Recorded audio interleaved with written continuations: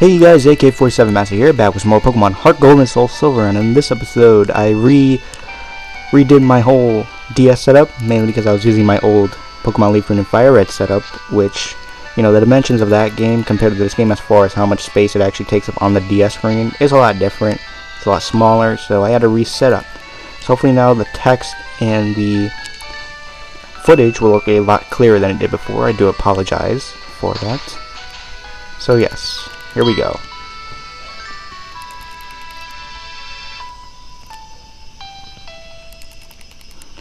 Wow, it looks clear already. Alright. So, here's Professor Realm's gonna give us his Poke Gear, which is basically his phone number. And then he could call us whenever he needs to annoy us. I mean, you know, give us information, tell us where to go. Anyways, here we are on Route 29. And we're probably going to be getting into our first Pokemon battle in about 5 seconds, so I'll just wait until we get into one to actually explain what they are. Wow, I got through that whole patch of grass without getting caught. Alright. Alright, here we are, first Pokemon battle. Against a Sentret, a pretty decent Pokemon for now. Go get him, Chi-Chi! Alright, so mainly in pretty much all Pokemon games, for the most part, if you played one Pokemon game, you pretty much played them all, much like many others gaming series that have been going on this long. The battle system is very simple. It always has. It's a turn-based battle system where you have, you know, a couple of options as far as attacking. Mainly at the beginning, I'd recommend just using Tackle, Pounce, Scratch, or whatever your Pokemon could use.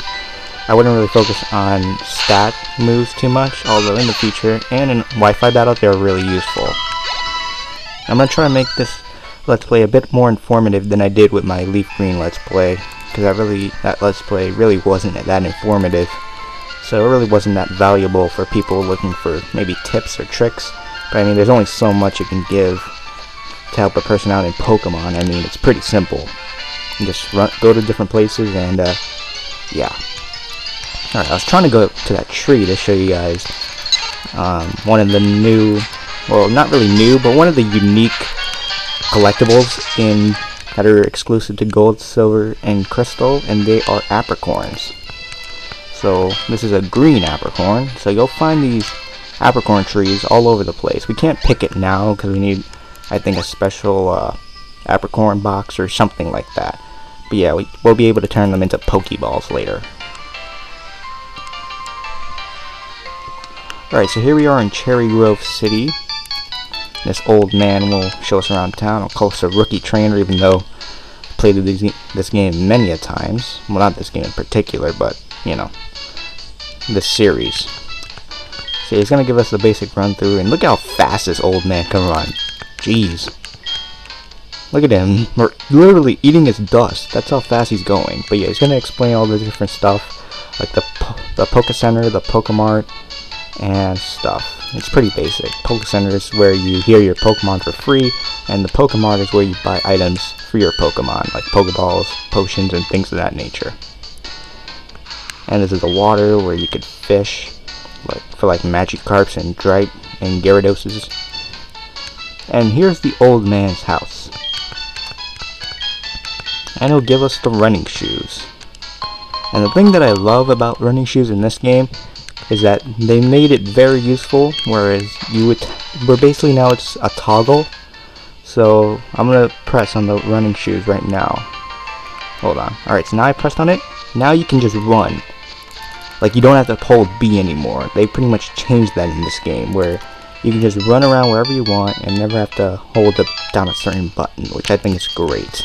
Basically makes the controls a lot easier, and he gave us a map, which is pretty awesome.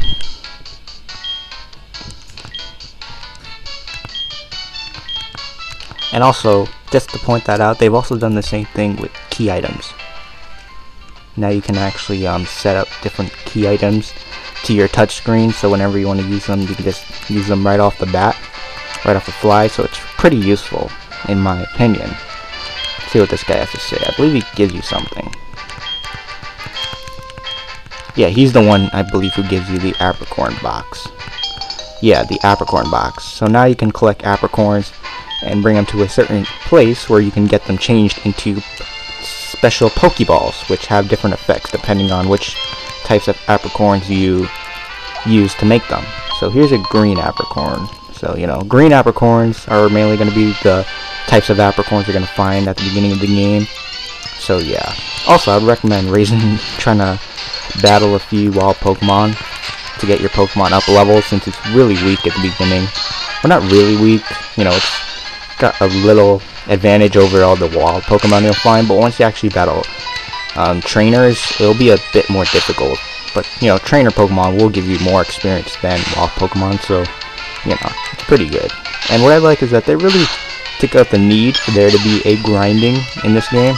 Actually, I don't really like that. I like the challenge of grinding and taking the time to make your party stronger, but, you know, since this is kind of like a child's RPG, I mean, if you haven't played an RPG before, you should definitely, Pokemon's a great way to start out.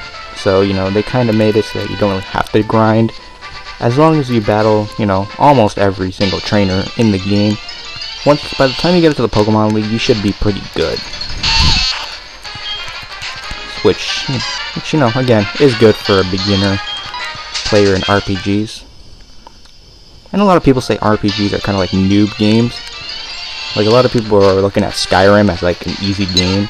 But the thing is, RPGs are really not the same as shooters. They're a lot more strategic, and once you get up to later parts of the game, it really does get difficult. That's pretty much a given with any RPG. They'll constantly challenge you, and that's what I like about these games. They constantly challenge you. They constantly change and evolve. Alright. So now, after all those walled battles, we're finally at Mr. Pokemon's house. And he's talking to Professor Oak, apparently.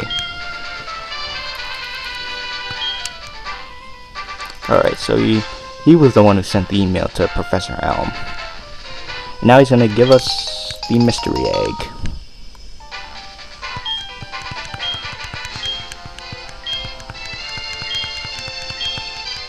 Alright. And he's going to heal our Pokemon, so we'll be good on the way back. And now, of course, Professor Oak will step in and say, "Why, hello, sir.